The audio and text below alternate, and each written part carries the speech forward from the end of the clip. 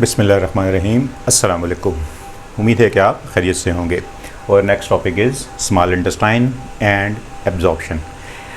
Small intestine is the part which is located between stomach and large intestine, यानी stomach और large intestine के दरमियान में सबसे लेंथी जो ट्यूबुलर पार्ट है that is small intestine. The length of the small intestine is round about 6 feet. ठीक है जी, 6 फीट प्लस इसकी लेंथ होती है। और what is job of small intestine? Small intestine receives chyme from the digestive system. ये इसके first part के अंदर which is called as duodenum. The first C shape area is called as duodenum. Duodenum is the area which is around about 20 to 25 centimeter or 8 to 10 inches. It receives secretion from pancreas as well as liver. Liver की तरफ से जो आ रही है वो bile duct है और pancreas की तरफ से जो आ रही है वो पेंक्रियाटिक डक्ट. पेंक्रियाज का हेड जो होता है इस सी शेप ड्यूडेनम के अंदर एकोमोडेट होता है और इस हेड के बाद फिर बॉडी और ये टेल का पोर्शन है पेंक्रियाज का. तो बोथ ऑफ दीज यानी pancreas and liver pour their secretion into the duodenum. Duodenum receives pancreatic juice and bile juice from liver and pancreas. इस C shape structure के बाद next जो part है that is jejunum. Jejunum is a part which is 2.5 meter long. यानी jejunum की length कितनी होती है? 2.5 मीटर होती है.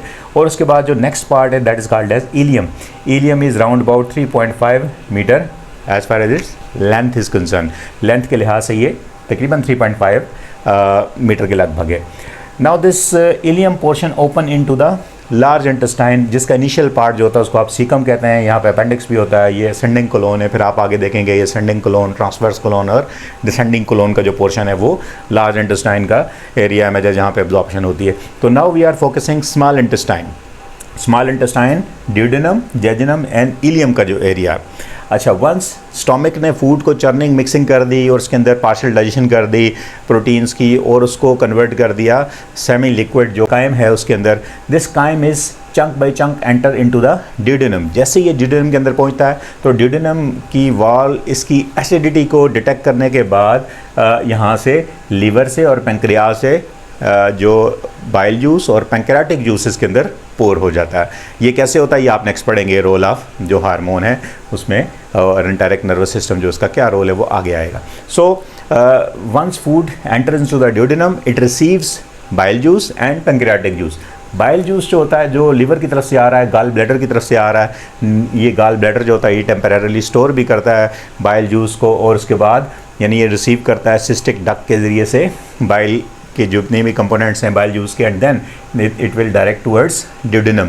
ये ड्यूडेनम को यहाँ से भेज देता है.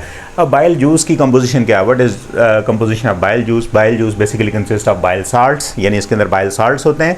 कौन से बाइल साल्ट्स होते हैं? सोडियम ग्लाइकोकोलेट या सोडियम टारोकोलेट. ये जो बाइल साल्ट्स हैं इसके अंदर मौजूद होते हैं. What is job of the bile salts? यानी बाइल साल्ट्स क्या रोल प्ले करेंगे? Bile salts are not meant for digestion, यानी इनमें बाइल जूस के अंदर कोई भी जो है वो एंजाइम्स नहीं होता. ये इनडायरेक्टली हेल्प करते हैं डाइजेशन की. कैसे करते हैं? बाइल जूस के अंदर जो बाइल साल्ट्स हैं दे एक्चुअली इमल्सीफाई. ये क्या करते हैं? ये लिपिड्स का इमल्शन बना देते हैं, यानी उसके बड़े ड्रॉपलेट्स को छोटे ड्रॉपलेट्स में कन्वर्ट कर देते हैं जिसके नतीजे में सरफेस ज़्यादा अवेलेबल होती है फॉर लाइपेज. तो this emulsified lipids can easily be digested with the help of pancreatic lipase. So actually bile helps in digestion but directly इसका एंजाइमेटिक रोल इसका नहीं होता. बाइल जूस के अंदर इसके अलावा भी कुछ चीज़ें होती हैं, यानी बाइल साल्ट्स के अलावा टारोकोलेट और ग्लाइकोकोलेट के अलावा जो इसके अंदर बाइल पिगमेंट्स होते हैं. बाइल पिगमेंट्स होते हैं basically bilirubin, biliverdin. These are the end products of degradation of haemoglobin. Red blood cells की डिसइंटीग्रेशन से जो बाइल पिगमेंट्स बनते हैं आयरन लीवर के अंदर स्टोर हो जाता है और इसके अलावा जो बाइल पिगमेंट्स हैं they are expelled with the help of this bile into the digestive system. वहाँ पर इसके बाद मज़ीद प्रोसेसिंग होती है और कुछ डाइजेस्टिव सिस्टम के ज़रिए खारिज होता है और कुछ होता है वो बाइल पिगमेंट्स वो किडनी के ज़रिए से एक्सपेल्ड आउट होते हैं आफ्टर एब्जॉर्प्शन. एनीवे वो आप नेक्स्ट पढ़ेंगे. इसके अलावा इसमें वाटर होता है और सोडियम बाइकार्बोनेट होता है. ये सोडियम बाइकार्बोनेट जो होता है it maintains pH 8 in this particular region. यानी स्टोमिक की तरफ से जो फूड आ रही है उसकी pH 1 और 3 के दरमियान होगी, यानी अराउंड अबाउट 2 की pH होगी. स्ट्रॉन्ग एसिडिक pH होगी. इस pH को न्यूट्रलाइज कौन करेगा? Sodium bicarbonate which is coming along with this bile. तो बाइल के अंदर जो सोडियम बाइकार्बोनेट है, the job of the sodium bicarbonate is to neutralise the acid which is coming from the stomach से आने वाली जो फूड है वो स्लाइटली जो अल्कलाइन होगी, और उसके बाद ये इन्वायरमेंट जो है it is suitable for pancreatic enzymes as well as next जो जेजुनम और इलियम के अंदर इंटेस्टाइनल जूस के जो एंजाइम्स होंगे उनके लिए सूटेबल इन्वायरमेंट होगी, because they work in the presence of alkaline media. तो सोडियम बाइकार्बोनेट का रोल जो होगा वो इसकी अल्कलिनिटी में होगा। इसके अलावा इसमें कोलेस्ट्रॉल भी हो सकता है, लेसिथिन भी हो सकता है, जिसका रोल आप नेक्स्ट पढ़ेंगे। So bile do not have any enzyme, it helps in digestion, it emulsifies lipids into smaller droplets of lipids which are called as emulsification या emulsion जिससे बनता है। दूसरी तरफ जो पेंक्रियाज है, पेंक्रियाज की जो सिक्रीशन इस ड्यूडेनम के अंदर पोर हो रही है, that is called as pancreatic juice. इसकी सिक्रीशन भी हार्मोन्स के ज़रिए से कंट्रोल होती है, जो आप आगे पढ़ेंगे हार्मोनल रोल के अंदर। वंस पेंक्रियाटिक जूस जो होगा वो पोर होगा ड्यूडेनम के अंदर, तो इसके अंदर क्या क्या कंपोनेंट्स होंगे। Pancreatic juice consist of enzymes for all principal foods, यानी जितनी भी बड़ी फूड आइटम्स हैं आपके पास, मेजर मैक्रोमोलिक्यूल्स हैं, जैसे जो प्रोटीन्स हैं उनके लिए ट्रिप्सिनोजिन और काइमोट्रिप्सिनोजिन होगा, इसी तरह लिपिड्स के लिए पेंक्रियाटिक लाइपेज होगा, और इसी तरह कार्बोहाइड्रेट्स के लिए पेंक्रियाटिक अमाइलेज होगा। पेंक्रियाटिक अमाइलेज क्या करेगा, pancreatic amylase will digest incoming starch into maltose and to some extent इसमें थोड़े बहुत ग्लूकोज भी बन जाते हैं। पेंक्रियाटिक लाइपेज क्या करेगा, ये मल्सीफाइड जो लिपिड्स हैं जो मल्सीफिकेशन बाइल ने की, उस मल्सीफिकेशन के नतीजे में जो लिपिड्स हैं उन लिपिड्स को ये मोनोग्लिसराइड या डाइग्लिसराइड या फैटी एसिड और ग्लिसरॉल्स के अंदर इवेंचुअली कन्वर्ट कर देंगे। तो their job is to break the ester bond which is present in fatty acids and glycerol.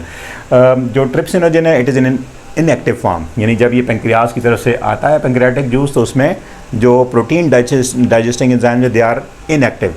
Once they enter into the duodenum, तो ड्यूडेनम की जो सिक्रीशंस हैं वहाँ से एक एंजाइम रिलीज होता है, that is activating enzyme, it is called as enterokinase. This enterokinase enzyme which is present in duodenum, ये पेंक्रियाटिक जूस में से आने वाले ट्रिप्सिनोजिन को क्लीव करेगा, उसके कुछ माइनोसिड, और उसको एक्टिव फॉर्म में यानी ट्रिप्सिन में कन्वर्ट करेगा। Now trypsin is activated and now it can convert protein into smaller polypeptides in peptones. So जो ट्रिप्सिनोजिन है जैसे वो बनेगा पेंक्रियाज के अंदर, वहाँ पे इनएक्टिव होगा, वहाँ से ये पेंक्रियाटिक जूस के जरिए पहुँचेगा ड्यूडेनम में। ड्यूडेनम में इसको enterokinase enzyme will convert it into a active form that is called as trypsin. इसी तरह जो ट्रिप्सिन वंस बन गई तो अब वो ट्रिप्सिन दूसरे ट्रिप्सिनोजन को भी एक्टिवेट कर सकती है, एज वेल एज जो दूसरा एंजाइम है काइमोट्रिप्सिनोजन। काइमोट्रिप्सिनोजन भी इनएक्टिव फॉर्म के अंदर यहाँ पर पहुँचता है, और इसको भी ऑलरेडी जो मौजूद ट्रिप्सिन है वो उसको एक्टिवेट करेगी और ट्रिप्सिन काइमोट्रिप्सिन में कन्वर्ट करेगी। सो दीज टू एंजाइम्स यानी ट्रिप्सिन एंड काइमोट्रिप्सिन जो एक्टिवेटेड है now, they will convert proteins into polypeptide, यानी स्मॉलर पॉलीपेप्टाइड्स चेन के अंदर इनको कन्वर्ट करेंगे, इनको चॉप अप करेंगे। सो जो प्रिंसिपल फूड्स हैं यानी carbohydrates, lipids and proteins, they are going to be digested in this particular duodenal area and with the help of pancreatic enzymes and bile salts which are coming with the help of bile juice। तो यहाँ पर जो होगी, यहाँ पर भी partial digestion होगी, और इस पार्शियल डाइजेशन के बाद जो कार्बोहाइड्रेट्स हैं वो जो माल्टोज में कन्वर्ट हो चुके हैं, पॉलीसेक्राइड्स, इसी तरह लिपिड जो हैं वो पार्शियली या कम्प्लीटली फैटी एसिड ग्लिसरॉल या मोनो और डाइग्लिसराइड में कन्वर्ट हो चुके हैं, और इसके अलावा जो प्रोटीन्स, पेप्टोन्स वगैरह के अंदर स्मॉल पेप्टाइड्स में कन्वर्ट हो चुकी है। Now it will enter into the jejunum. ये जो जेजुनम का एरिया है, that jejunum area is round about 2.5 metre long, और जेजुनम और इलियम की जो लाइनिंग है, इंटरनल लाइनिंग जो होती है, जिसके अंदर उनकी एपिथेलियल लाइनिंग है, म्यूकोसल लाइनिंग है, it will pour its enzyme, यानी इसके साथ कोई ग्लैंड अटैच नहीं है, लेकिन इसके अपने जो इंटरनल लाइनिंग के जो सेल्स हैं, दे सिक्रीट जूस, यानी ये सारा इस पूरे एरिया के अंदर ये इंटेस्टाइनल जूस फूड के अंदर पोर होता रहता है, और फूड के अंदर जो पार्शली डाइजेस्टेड फूड सब्सटेंसेस हैं they will be completely digested. वो जो उसके अंदर पोर हो रहे हैं इंटेस्टाइनल जूस, उस इंटेस्टाइनल जूस के अंदर क्या क्या है, यानी ये जो intestinal area, intestinal, it will release intestinal juice. This intestinal juice consist of, यानी इसमें क्या होगा, देखें इसके अंदर होगा माल्टेज जो पॉलीसेक्राइड जो पहले कन्वर्ट हो चुकी है सलाइवरी अमाइलेज और पैंक्रियाटिक अमाइलेज के ज़रिए से माल्टोज में, it will be digested into glucose. तो maltase is the final digesting enzyme for starch. इसी तरह अगर फूड के अंदर लैक्टोज है तो उसके लिए यहाँ पर लैक्टेज एंजाइम है। अगर फूड के अंदर सुक्रोज है तो sucrose will be digested with the help of sucrase, या इसका नया नाम इन्वर्टोज और इन्वर्टेज इसका एंजाइम। तो carbohydrates are now completely digested into their monomers, यानी मोनोसेक्राइड में डाइजेस्ट हो जाएंगे इंटेस्टाइन के अंदर with the help of intestinal juice. इसी तरह जो लिपिड्स हैं वो यहाँ पर जो इंटेस्टाइनल लाइपेज एंजाइम होगा और जो पैंक्रियाटिक लाइपेज यहाँ तक पहुँचता है अलॉन्ग विद फूड जो ड्यूडेनम से यहाँ पे आ रहा है, तो कंडीशन सूटेबल है, लिहाजा यहाँ पर ये जितने भी लिपिड्स हैं they will be converted into fatty acids and glycerols. ठीक है जी, तो लिपिड्स की यहाँ पे फाइनल डाइजेशन हो जाएगी एंड देन जो आपके पास जो पॉलीपेप्टाइड्स और पेप्टोन्स हैं उनको डाइजेस्ट करने के लिए यहाँ पर एंजाइम जो हैं, जैसे आप देखते हैं अमाइनो पेप्टाइडेज जो एंजाइम है इंटेस्टाइनल जूस के अंदर, this amino peptidase will convert protein polypeptides and peptones into dipeptides. ये डाइपेप्टाइड्स में कन्वर्ट होंगे और डाइपेप्टाइड्स जो होंगे इनको डाइजेस्ट करने के लिए यहाँ पे एरेप्सिन एंजाइम जो होता है ये फाइनली डाइपेप्टाइड यानी दो अमाइनो एसिड जो आपस में जुड़े होते हैं पेप्टाइड लिंकेज के जरिए से उसको हाइड्रोलिटिक एक्शन के जरिए डाइजेस्ट करते हैं and then protein is finally digested into amino acids. तो जितने भी प्रोटीन्स के अंदर अमाइनो एसिड्स है, जो भी हमने प्रोटीन इनटेक की थी उस प्रोटीन की पार्शियल डाइजेशन हुई स्टोमक के अंदर, देन उसकी डाइजेशन हुई ड्यूडेनम के अंदर, स्टोमक में पेप्सिन से हुई, एसिडिक मीडियम में ड्यूडेनम के अंदर हुई ट्रिप्सिनोजन जो ट्रिप्सिन में कन्वर्ट हुआ और काइमोट्रिप्सिनोजन जो काइमोट्रिप्सिन में कन्वर्ट हुआ उसने उसकी पार्शियल डाइजेशन की, देन इंटेस्टाइन के अंदर अमाइनो पेप्टाइडेज ने इसको डाइपेप्टाइड में कन्वर्ट किया और इंटेस्टाइनल जूस के अंदर ही जो एरेप्सिन था उसने इसको फाइनली अमाइनो एसिड में कन्वर्ट कर दिया। So all principal food items are digested into their monomers. जितने भी पॉलीमर्स थे प्रोटीन्स के, लिपिड्स के, कार्बोहाइड्रेट्स के, they are now digested into monomers, यानी पेप्टाइड बॉन्ड, एस्टर बॉन्ड और glycosidic bonds are completely broken down with the help of proteases, lipases and amylases. So now food is digested, now it is available for absorption. तो next step जो है हमारा वो absorption of the food है जो हम अगले segment के अंदर देखेंगे.